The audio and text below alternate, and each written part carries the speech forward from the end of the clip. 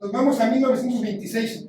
Justo en 1926 se termina de construir la iglesia. Dura 2 años la construcción de la iglesia. Y justo cuando se termina de construir la iglesia, la nuevecita iglesia de Granados, estalla la Primera Guerra Cristera. Estalla la Primera Guerra Cristera. La Primera Guerra Cristera fue muy sangrienta, sobre todo en estas áreas del país. Hay movimientos en todas estas partes, pero no llega, si se fijan, no llega a Sonora, a Granados, ni nada. O sea que la Primera Guerra Cristera, lo único que ocurre es que la iglesia no se puede abrir, la reciente y nueva iglesia no se puede inaugurar, no se puede abrir. Y los santos que iban a ocupar esa iglesia pasan a la casa de Policarpo Moreno, son guardados en la casa de Policarpo Moreno durante 3 años. En este periodo se casan mis abuelos. Mis abuelos se casan en 1926, el 30 de diciembre, a las 3 de la mañana, a oscuras, a escondidas. Están en tiempos, no hay cultos, no hay cultos. El sacerdote entra disfrazado, con sus pequeñas, abre un altarcito, lo pone ahí a las 3 de la mañana, casa a mi abuela con mi abuelo. Así ocurren varios matrimonios durante esta época del 26 al 29. En la primera... El obispo algo interesante también, el obispo es desterrado y él se va a Patagonia, Arizona, a Nogales, Patagonia, Arizona, desterrado, y se llevan a los seminaristas que consigo. Uno de ellos es el padre Luis Cosme Barceló, que es ordenado en Arizona durante el destierro del obispo Navarrete. El padre Luis es ordenado en Arizona durante el destierro de Navarrete en la Primera Guerra Cristiana. 1930, censo de Granados. Vean la cantidad de habitantes en 1930. Vean la cantidad de habitantes. No hemos crecido mucho desde entonces. Ok. Yo le pongo especial atención. Le pongo especial atención a este censo porque es uno de los mejores censos hechos en la historia de México y del mundo. Fue un censo perfectamente bien hecho y estos son los granadeños que colaboraron en ese censo. Aquí destaca don Vicente Provencio y está Tatanacho acá también. Entre otros destacados granadeños que trabajaron duramente en ese censo. El censo coloca a Granados no creo que con 940 sido habitantes. Y hace como una especie de comisaría a la tinaja. La tinaja es censada.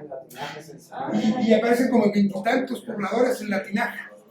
Me han explicado que la tinaja funcionó una vinatería grande, se hacía bastante mezcal ahí, trabajaba bastante gente, total, bueno. Pero la cantidad de habitantes es de llamar la atención. Y está el censo perfectamente bien disponible en internet y se puede ver casa por casa quién lo habitaba allí, quiénes eran los habitantes, ¿no?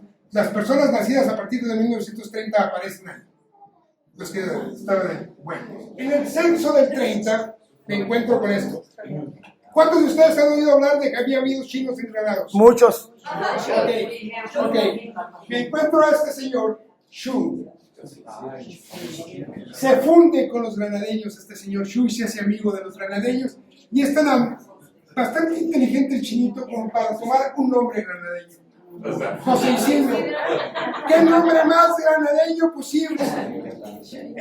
Pongo esto aquí porque es un hombre soltero de 40 años dedicado a la medicina, dice. A recolectar amapolas. Ok. Entonces, a todos nos han dicho que los chinitos cultivaban. ¿Cómo les gustaban las amapolas a los chinitos, no?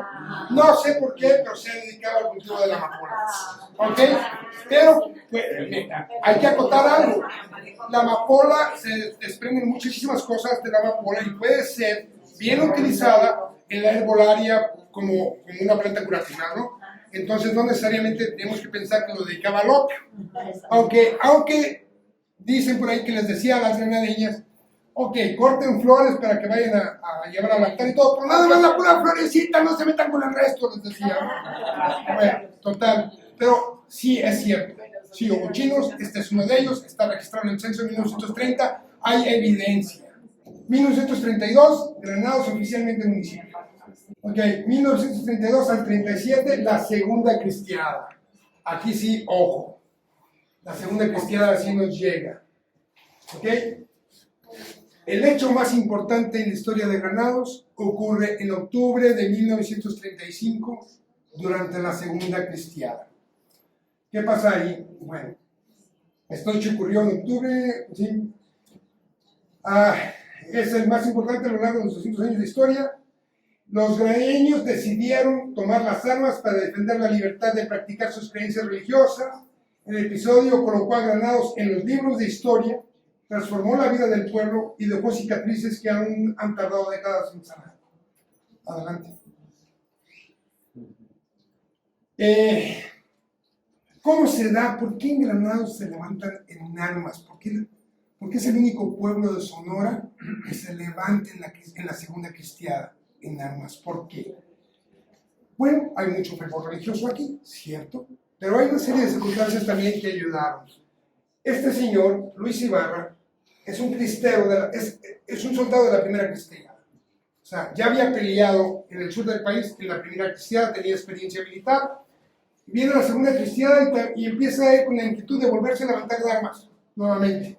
No encuentra mucho eco en el sur de Sonora, donde la cuestión no religiosa ya es movimiento de tierras y no le hace mucho eco. Él lanza un manifiesto al pueblo de Sonora, exhortándose a levantarse en armas para defender la religión. Pero no encuentra mucho eco allá y trae 20 o 30 gentes con él nada más.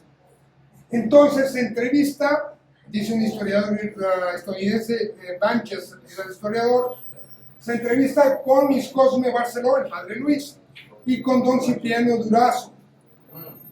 Y los dos, el padre Luis y el don Cipriano, le comentan de que en Granados hay inquietud, ¿sí? Están inconformes y podrían hacer algo con él.